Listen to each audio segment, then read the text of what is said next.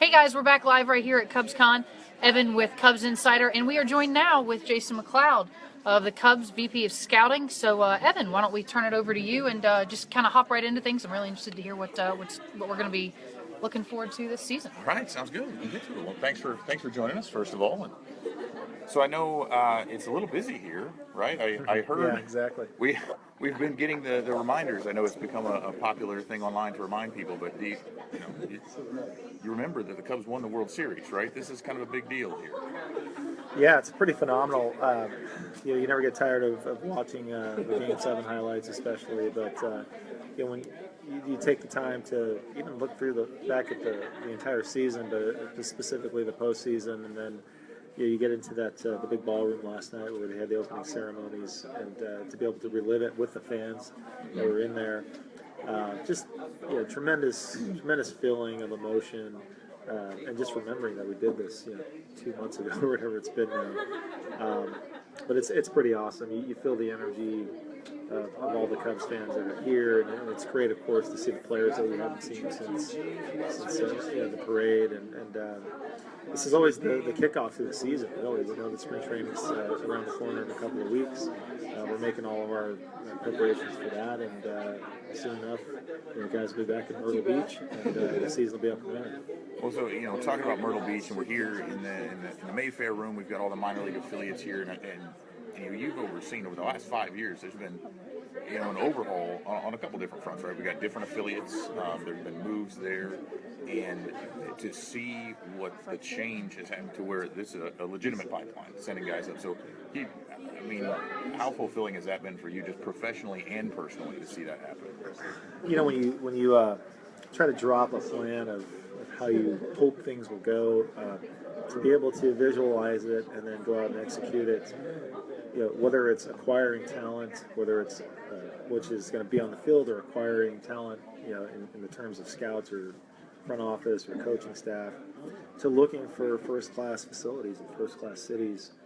When we showed up in the fall of 2011, things look so drastically different now. When since that time, we've brought our Dominican Academy online, and the new facility down in Mesa, 2 new affiliates, and being in a place like Myrtle Beach, in that city, in that community, a great ballpark for pitching, a great ballpark to develop hitters that can use the entire field, to the other affiliates that have come online since we've been here.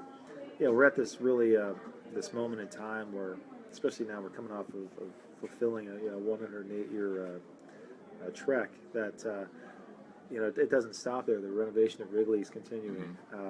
We've got new offices opening up for us in 2 months. That'll be ready when we come back from spring training. So the building continues. The challenge for us continues in scouting and player development to go out and replenish the pipeline.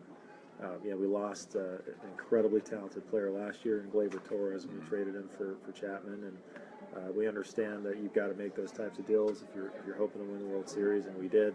But now the onus is on us as scouting and player development staff to go identify, acquire those guys, and develop them to help the future Major League Cubs. We talk about developing those players. Torres is one where I actually got the chance to see him play in the playoffs 2 seasons ago when he had come up. He had been at low A, and he came up late. There's been, at least it seems from the outside, there's bringing these guys up, we're keeping them in a place to experience that playoff baseball, and to kind of experience what that winning is going to be like at those lower levels as they're coming up. Is that something that you had sought out to do from the first stages, or is that something that sort of came along organically? A little bit of both. I think we've done it in the past where you identify some young players that you feel are going to have an impact on your organization, and you want to put them in these positions where Joe Madden talked about it a little bit last night, where you get them out of their comfort zone and you challenge them somewhat. And we did it a few years ago when we drafted Albert Almora, the year that we drafted him and signed him. He was in Arizona all summer, and our Boise affiliate at the time was going to be in the playoffs. So we wanted him to get that type of experience. We moved him at the end of the year, similar to what we did with Gleyber 2 seasons ago. And so when the timing's right, if we can do that with certain players, certainly players that we feel are going to hopefully have an impact on our Major League club at some point, we try to put them in those positions to give them that experience and have them play in that environment. Because so much about minor league baseball is just player development, working on player plans, certain specific fundamentals for that day. We don't always emphasize the winning part of it, and that's an opportunity. As a team's pushing for a playoff spot or in the playoffs, that's an opportunity to just, you got to go out and win a ball game tonight, and it's very meaningful and impactful for them to go through that. Well, so one thing that I've really noticed, and again from the outside seeing this, is that it doesn't feel as though, whether it be social media and the teams kind of messing around with each other a little bit, whether it be just their willingness to work with one another in a capacity like this here at Cubs Convention, it's not 5 separate fingers. It really is a fist, and that's had some kind of an impact for you guys, hasn't it? It really does, man. We're so, I don't like to use this word lightly and throw it around, but we are incredibly blessed to have the affiliates that we have, and the relationships that we have with our affiliates is it's unlike anything I've experienced in baseball, and being in Major League Baseball now for going on my 24th season. We have great relationships with the ownership groups, with the front offices that are there. Unfortunately, outside of maybe spring training, and even then, you'll get a few GMs or some teams, they'll come in like sporadically at different times. Really, the only time we're together as a group is at the winter meetings, when we are all together, and we always host a reception. And it's a really fun time because Joe Madden's there, Theo, and we all get to get up and speak and really show our appreciation for our affiliates. But they get the audience with Theo and Jed and Joe, and it's just a chance for all of us to hobnob together, because we are a family here, and we try our best to make sure that whether you're in Myrtle or South Bend or Tennessee, Eugene, wherever you're at, like, we want you to feel a part of what's happening in Chicago. We want you to feel a part of that vibe, because they are so integral to helping us get where we want to be, and that's A, a first-class organization, B, developing our players, and you might work in radio broadcasting for Myrtle, or you might work the merch tent at South Bend or whatever, but we want to do whatever we can to make you feel like we're all Cubs here, we're all part of trying to get to what happened this past year, and now the goal is to do it again. Well, that's something we've seen. I think the example is set at the highest level, right? And you see that, I think, when we see the guys from the front office, when we see out there in the bleachers, right? And it looks from the top down to everyone as if you genuinely enjoy it, not just on a professional level, because there's obviously been a lot of success, but on a personal level, working together from the top all the way down through the organization. No doubt. I mean, if I come into Myrtle, I hope that I can get an audience with Andy and go sit in the office and just talk about how things are going. I try to avoid Andy generally, but I don't know. I will say, if I can jump in, he did say to say hello, and I was supposed to bring, I apologize, a little mini bottle of Jack for you, just to say, hey, post-game, maybe we'll get together next year and have a drink in the office after a game in Myrtle. So. Well, that's where we have our best conversations. They're in the office, bottle of Jack, and we're talking about how things are going. Or Alan. I've had many libations with Mr. Benavides over there in Eugene, or Joe Hart in South Bend, and on down the list, Brian Cox in Tennessee, Sam Burnaby. I mean, these guys are Cubs. They're all part of the family. And I'm so fortunate that I get to go to all these affiliates, and I get to spend time with not just our coaching staff, but spend time with the front office there. It's just as important to us that we ask everybody, what can we do better for you guys? It generally always is the GMs asking us, is there anything more we can be doing? And we want everyone to know it works both ways, and we want them to be just as proud of us and being affiliated with the Cubs, and anything that we can do to certainly help their respective affiliates. It's got to be pretty rough to have to travel down to Myrtle Beach for work, right? There's not much else to do down there. It's kind of sure. hard when you're you're by the beach. There's some golf there. I mean, it really impedes the work that can get done when you're down there. It's a hard place to take the family down to and everything. I know I keep trying to do that. They keep inviting me down. I gotta like I said, they actually let me come back after singing there. So I don't know. Maybe they. I know. I was just telling the guys in Eugene, it's tough to go up there and hike along the rivers, and take a ride out to Bend, maybe go catch a team in Vancouver or something. You guys just set up your affiliates for places that you just want a vacation. That's really, I think we've uncovered the key to the organizational development. That tends to play a role in the summer schedule, I guess. Right. That's for sure. Well, I know, watching that and seeing some of these guys come up, we had Rob Zastryzny over here, we had Jamer Candelario come through. I mean, that was something I think for the longest time, Cubs fans got a little bit jumpy about. We'd seen these names and they didn't quite pan out, but you guys have had a tremendous track record over the last several years of having them come up and find success. Is that about the player? Is that about the development? Can you speak to that success that we've seen of late? Well, it's first and foremost all about the player. They're the ones with the talent.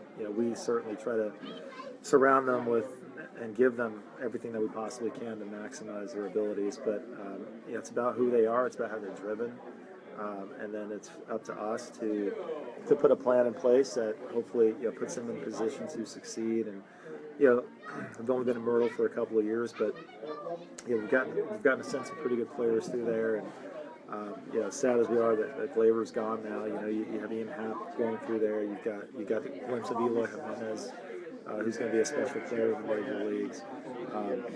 So there's been still, and that's always our goal, is like to keep that chain going, keep it going, and we're excited for some of the players that are likely going to be on that roster this year. We finally feel like we're at a point in time where we've got some impact type pitching that is on the way. I think you guys will be excited with some of the names that will be in that rotation this year. So, it's fun for us, and it's fun, I think, as well for the fans that get to see these guys as A-ball players and then see them perform on the biggest stage once they do get to the major leagues. Well, there's a lot of those guys. Everybody's heard about the top flight. I mean, Jimenez and being on that big stage at the Futures game and hitting the home run and making the catch.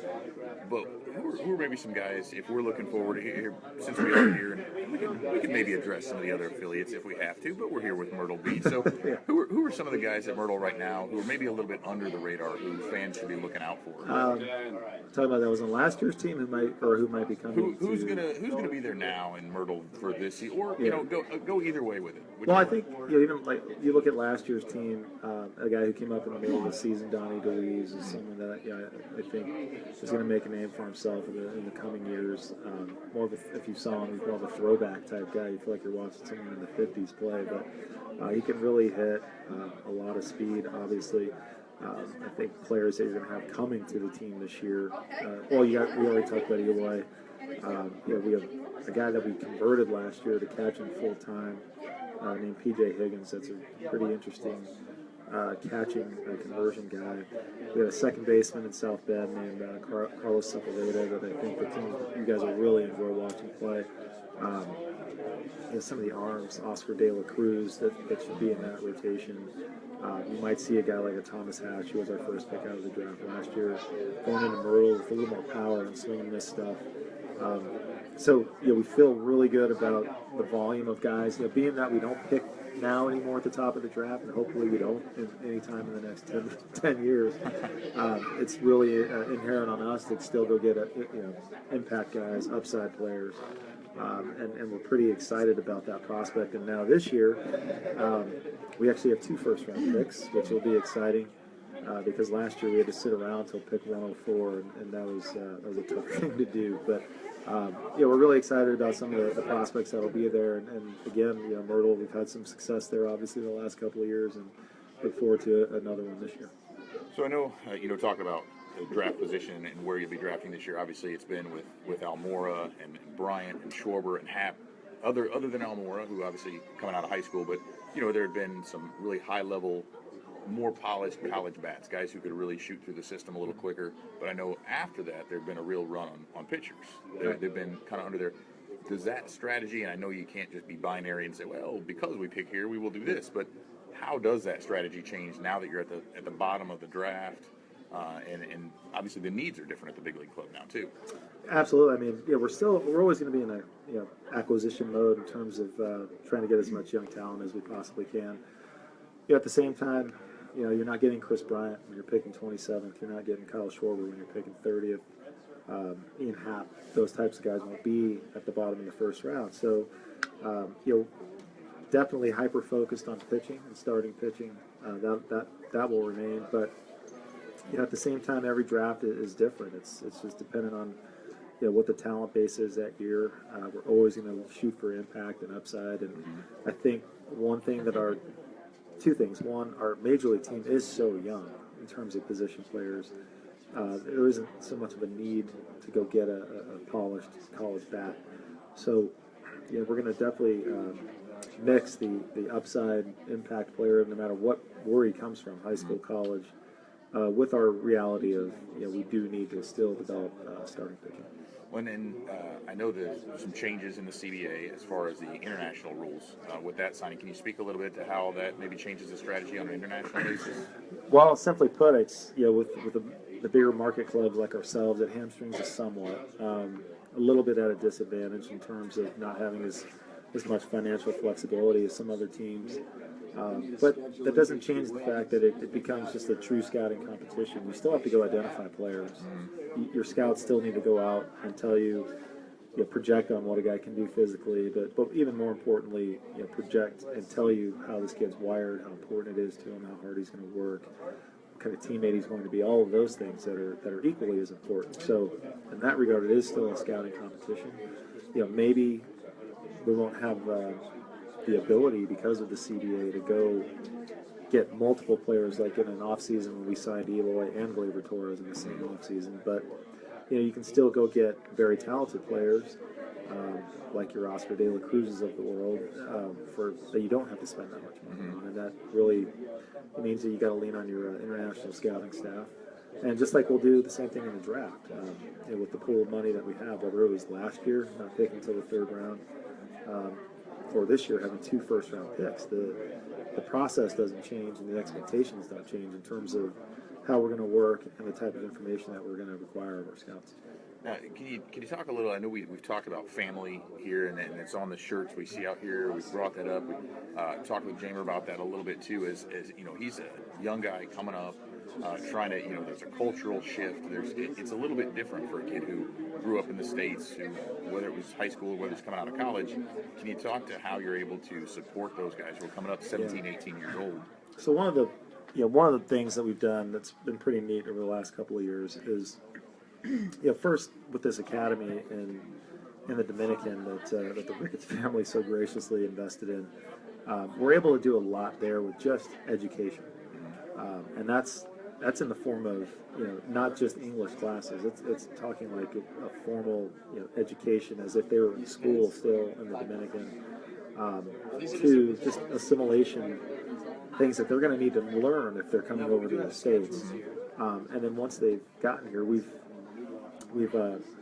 built up our mental skills department over the last 3 years.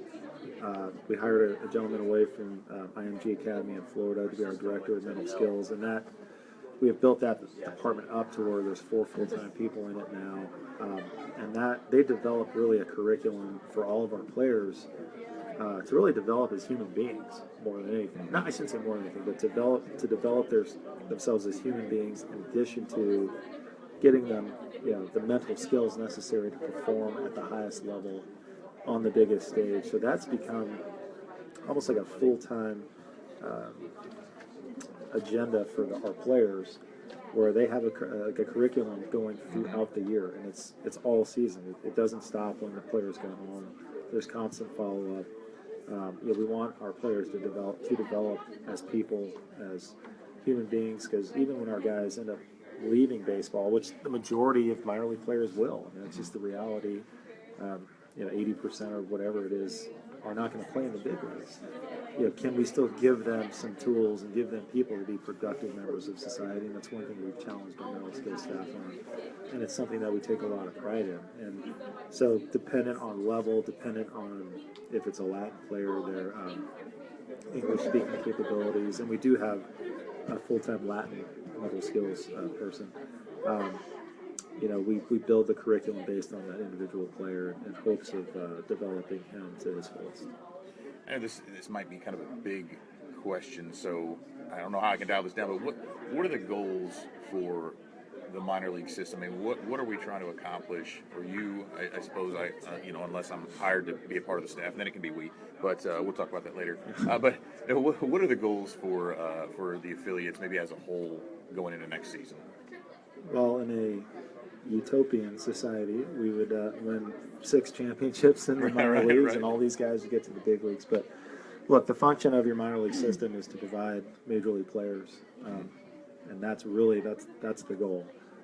So it always starts with, can we develop talented impact players, either for our major league team or to get in a trade to go acquire the talent that we need. So that's always the goal. That starts there. But from that, it's bigger than that in the sense of, there is a family here. We're all fortunate to be Cubs. We want everybody to feel like they're part of what happened on November 2nd, as they should. We want to develop all of our players to be good members in your communities when you're there. That's another thing we talk about a lot with the mental skills, and with all the respective staffs, with what they do with their charitable organizations and their communities. We think that's an incredibly important part of the experience of being a professional baseball player, whether you're in Myrtle or whether you're outside of Knoxville. The impact that you can have on little kids, or the impact you can have by going to a children's hospital, or whatever it might be, to do a camp, for an inner city kid. You don't have to be in Chicago to do those things. You can do those things in South Bend, and you can do it in Eugene. So those are things that, again, help develop the person fully. We'd love to win at all levels, of course. I do feel like that's an important part of development, is understanding what it takes to actually win a baseball game, and an important baseball game in a playoff environment. But always our most important function of the minor leagues is to develop players, impact players for the team. And do you set goals and say, hey, at Myrtle Beach, we'd like to see, when a player's at that high A level, here's what we want to see from them in terms of development, before they move on to say Tennessee and beyond? Every player has their own individual player plan, and dependent on position, dependent on age, we have some benchmarks that we would like to see by the time they're at certain levels, no doubt about it. And we have certain benchmarks that aren't simply performance related, that isn't showing up in the box score or on a stat sheet. We have, it might be other things that are more fundamentally based, that dependent on position, that he'll need to do if he's going to succeed at the upper levels or succeed here in Chicago, the type of player we're going to ask him to be. So those will be on all those player plans. We meet with them 3 times a year. They're constantly addressed, and they're individualized to each guy. So it's not, all position players at Myrtle need to be doing this in order to move to Tennessee. It's just all dependent on the individual player. Well, and I know Kristen's going to start kicking me so we can get to our game here pretty shortly, but the last thing, I know you love all the kids down here equally, but Myrtle Beach is your favorite, right? We can say that. Nobody's listening. Everybody else is turning around. Eugene is listening, I guarantee it. Yeah. The beautiful We've been thing having a little back and forth all weekend. The beautiful thing about our organization is just that, every place has so much to offer in their own unique way, that we are spoiled to get to go to all these places, and I mean that sincerely. It's whether it's driving to South Bend and that beautiful facility they have there, or my kids love every affiliate, and I've taken them to every affiliate. But everyone is special in its own way. I mean, the Smoky Mountains are so beautiful, to being on the beach in Myrtle Beach, to being in the mountains and the rivers up there in Eugene, to Des Moines, the sneaky, cool downtown vibe of Des Moines. I look forward to going to every place, but more so just because of all the people that work in the front offices that we enjoy really spending time with. Except for Andy. Anyway. No, and you mentioned your family, and I think when we talked 2 years ago, your son was with you. Is this, which I think he sat in on the interview, so you'll have to tell him that we said hello, and we missed him today. I will. He's got a couple of basketball games.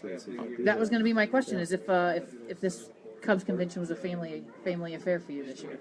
Not this year, only because now they're at their ages where they've got all their extracurricular things going on. So it's I've got one more panel after this, and then I got to hightail it back up to Evanston for a birthday party and a basketball game, and then come back down tomorrow for the down on the farm thing.